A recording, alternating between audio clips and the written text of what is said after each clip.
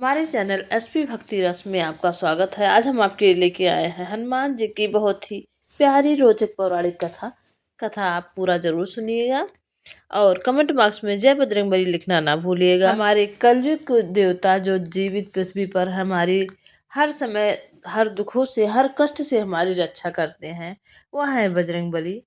हनुमान जी को बहुत ही शक्तिशाली माना जाता है। कहा जाता है कि भगवान हनुमान एक ऐसे देवता है जिनकी आराधना से बड़ी विपदा और संकट टल जाता है। बजरंगबली कलयुग के जीवित देवता माने गए हैं।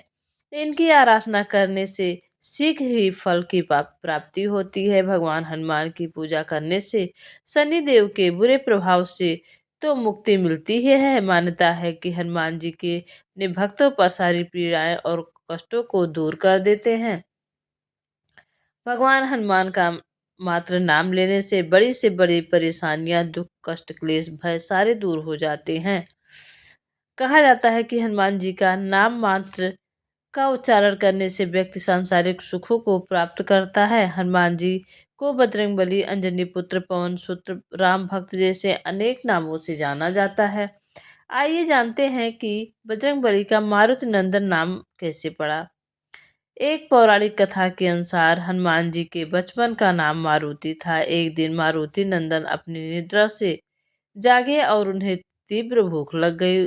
उन्होंने पास के एक वृक्ष पर लाल फल पका देखा, जिसे खाने के लिए वे निकल पड़े। दरअसल मारुति जिसे लाल पका फल समझ रहे थे, वह सूर्य देव थे। वह अमावस्या का दिन था और राहु सूर्य पर ग्रहण करने वाला था, लेकिन वे सूर्य को ग्रहण लग पाता उससे पहले हनुमान जी ने सूर्य को निगल लिया। राहु कुछ समझ पाते कि क्या हो रहा है, उन्होंने इंद्र से सहायता मांगी।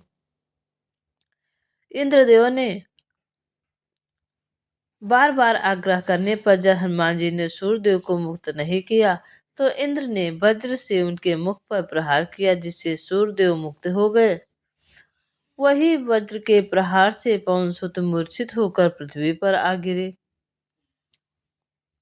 और उनकी टुड्डी टेढ़ी हो गई। जब पवन देवता को इस बात की जानकारी हुई, तो वो बहुत क्रोधित हुए। उन्होंने अपनी शक्ति से पूरे संसार के वायु के प्रभाव को रोक दिया, जिसके परिणाम स्वरूप पृथ्वी पर जीवों में त्राहि त्राहि मच गई। इस विनाश को रोकने के लिए सारे देवतागण पवन देव आग्रह करके पहुंचे और वे अपने क्रोध को त्याग पृथ्वी पर प्राणवायु का प्रहार करें। सभी देवताओं ने पवन देव की प्रसन्नता के लिए बाल हनुमान को पहले जैसा कर दिया और साथ ही बहुत सारे वरदान भी हनुमान जी को दिए। देवताओं के वरदान से बालक हनुमान और भी ज्यादा शक्तिशाली हो गए, लेकिन वज्र के चोट से उनकी टुड्डी टेढ़ी हो गई, जिसके कारण उनका नाम हनुमान पड़ा। पौराणिक कथा के अनुसार अंजनेरी पर्वत पर भगवान हनुमान का जन्म हुआ था। उनके पिता केसरी बृहस्पति के गुरु थे और सुमेरी राजा थे। उनकी मां अंजना एक अप्सरा थी, जो पृथ्वी पर रहने के लिए अभिशप्त थी। उनसे शिव की तीव्र प्रार्थना से के बाद हनुमान को जन्म दिया, जो 12 साल तक चला और जन्म देकर उनकी अभिशाप को समाप्त हुआ। उनका अभिशाप समाप्त हुआ। हनुमान को शिव का अवतार या प्रतिबिंब माना जाता है और उन्हें अक्सर वायु पुत्र कहा जाता है। इसका अर्थ है वायु भगवान का पुत्र। रामायण की कई व्याख्याएं हैं जो हनुमान के जन्म में वायु की भूमिका का विवरण देती हैं। ऐसी ही एक किंवदंती है कि वायु ने भगवान शिव की पुरुष ऊर्जा को अंजना के गर्भ में स्थानांतरित कर दिया तथा उससे और उनके पति केसरी ने भगवान से एक बच्चे की प्रार्थना की। हनुमान को भगवान शिव के 11वें रुद्र अवतार के रूप में माना जाता है। उन्हें शक्ति, ज्ञान, वीरता, बुद्धिमत्ता और निस्वार्थ सेवा के प्रतीक के रूप में पूजा जाता है।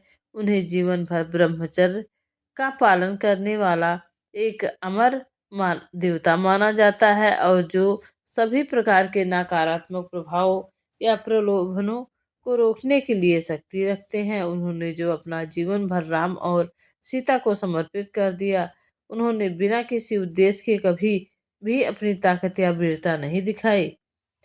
इस प्रकार के पुण्य को प्राप्त करने के लिए हनुमान जी की पूजा करनी चाहिए। जो भी विधि पूर्वक यह कथा का श्रवण करता है शनिवार के दिन, छोटी कथा हो या बड़ी कथा हो, ध्यान पूर्वक सुनता है, उसे सभी पूजा पुण्य का पुण्य फल प्राप्त होता है और सभी देवताओं की कृपा उस पर बनी रहती है। अगर आपको कहानी अच्छी लगी हो तो प्लीज़ चैनल को लाइक शेयर सब्सक्राइब करिएगा। Thank you for watching.